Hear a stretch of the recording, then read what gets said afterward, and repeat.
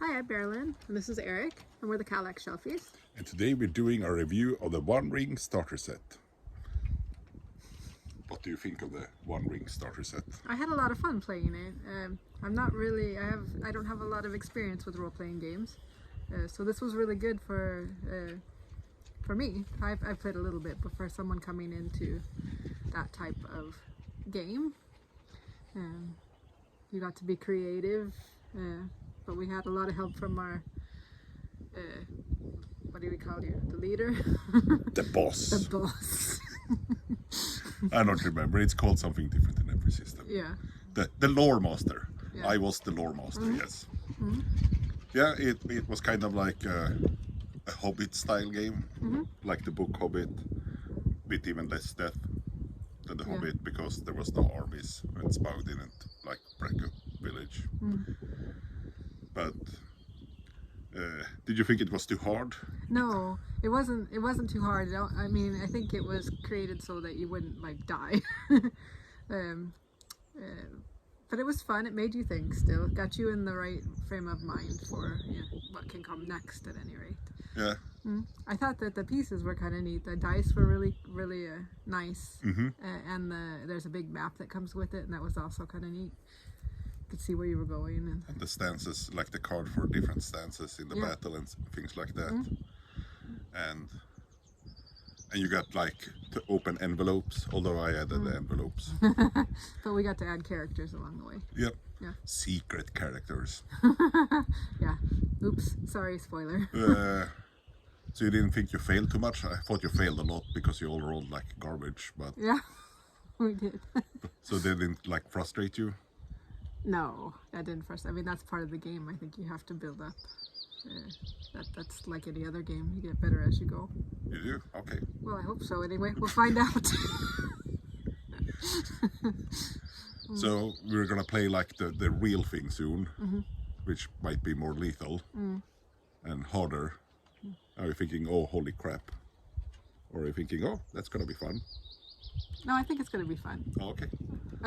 So on our rating system, since this is an actual review on instead of just thoughts, so our rating system is: would you buy, marry, or throw this game out to let the dog pee on it? Well, I would buy it. You would buy I it. let the dog pee on it at least. Well, yeah. Well, if this is really bad, you might as well throw it out That's the true. garden. No, I liked it. I would buy it. Yeah. Okay. Well, I would probably buy it too. Yeah. Well, that's it. Yeah. Well, actually, I'm gonna do a little overview what's in the box, but that's it from us. So long. Yeah. Bye-bye. So in the box you get a double-sided map. One is the whole region and one is the Shire. You can use these with the full game later on. Also, the box has a map with the adventures here of the Shire, so you can see the travel path as you play them, and some helpful things over here. Get some dice. It's D6s and D12. They have special symbols, but you can play it still with regular dice. But I mean, special dice is nice. You get a bunch of equipment cards that has like dagger and stats in the back. These can also be used with the full game later on. And here is something for sure for the full game with the stances, the combat stances in combat. Then you have also the travel, like what you're doing during travel time. Also in the box I got some pre-made characters that are used with the adventures that come in the starter set. You have a setting book, the Shire, just over 50 pages. There's some helpful things in here for both the starter set, but also if you want to keep on playing after you've done the adventures.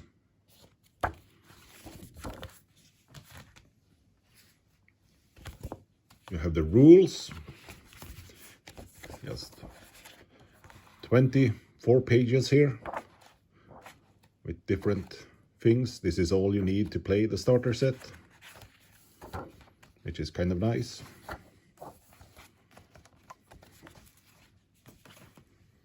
And then you have the adventures. I'm not gonna open that up really.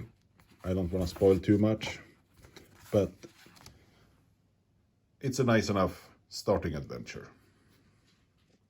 I will go over the rules quickly here. They are not really hard. When you try to do something, you have a target number marked here that you try to roll over. And the target number in the starter set is 18 minus your attribute in it. So if you have heart 6, then the target number will be 12. If you play the full game, it's recommended that you take 20 minus the attribute. But for the starter set, it's 18 minus the attribute.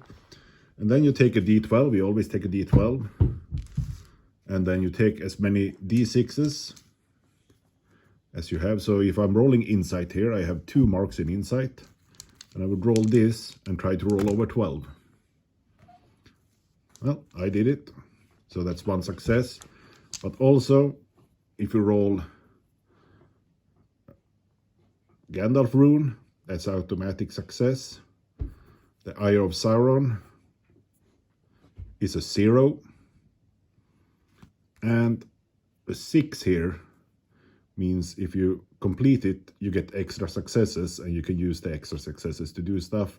Then there's other way to manipulate it. You can spend hope to get more dice. You can also get a favored roll, which means you roll 2d12 and take the best. No, that big game was not the first doing this.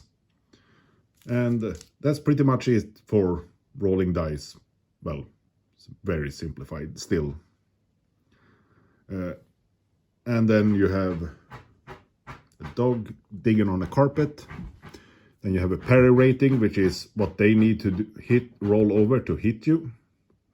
Here's your hope. Here's your endurance. Your endurance is sort of like your hit points. But you don't die when it goes to 0. You start taking wounds, and wounds do different things. There is some more details, but I will leave that in a box for you to discover by yourself.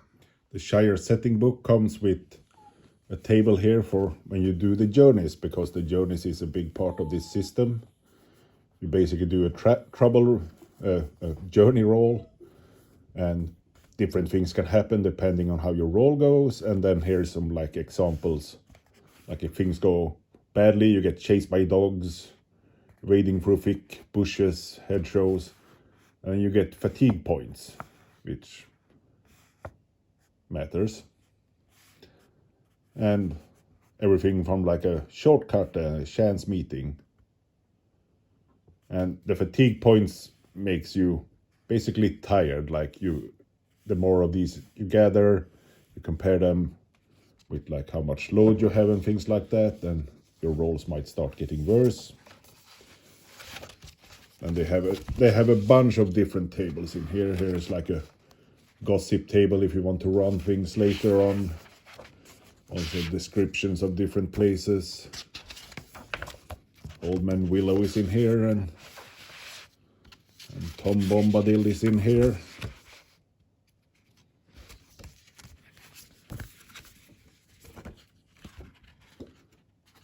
I have also like journey tables. You can get robbed. Oh no! Well, the adventure itself is called The Conspiracy of the Red Book. It's a 5-part adventure. I think each part took maybe like an hour, around there. Some took longer, some were shorter. And I added quite a lot of extra things to them because, well, I just wanted to add things. But I think you can just run them as they are written and people will still have fun. But why not add more stuff? It was easy enough. Just silly stuff. As I said, I'm not gonna open up this book anymore. The adventure book that is. It doesn't have a table of contents, and the rule book does not have a table of contents either.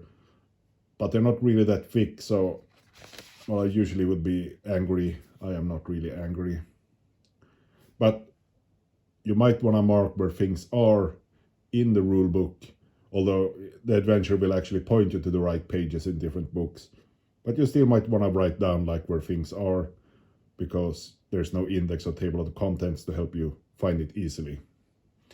And the rule book does the things that you're supposed to do here. It explains like success dice, target numbers, skills, endurance, hope and parry, combat proficiencies, piercing blows, which is when you start taking wounds and you are in real danger.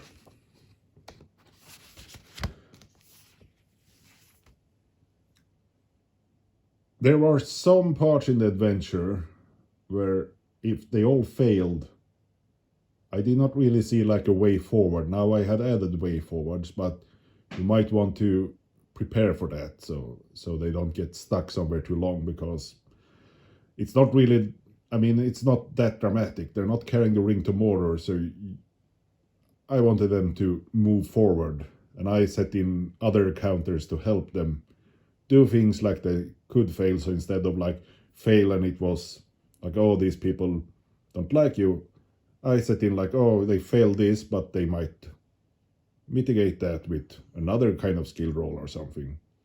But that's just me. Anyway, all in all, I think this works as a good introduction to the system. The full system is, you know, harder and darker, but still, I think it works. As you hopefully can see, the art in this book is pretty good. There's this kind of art, there's other kind of art, but I like all the art. I think feels very Lord of the Rings, Middle Earth, unlike some other things I've seen recently. Should you get this? Well, maybe. I think if you want to run like a Hobbit style adventure, like you don't have to play it with kids. You can play it with kids for sure, but I mean, you get the tone between the two different, like the Hobbit and the Lord of the Rings. The tone is quite different, and this tone is more the Hobbit for sure. And you get things that you then can use in the full game, like the maps, like the cards. You get dice and things like that. I don't think it's a bad thing if this is something you want to get into. And, well, I think that's pretty much all I have to say about that.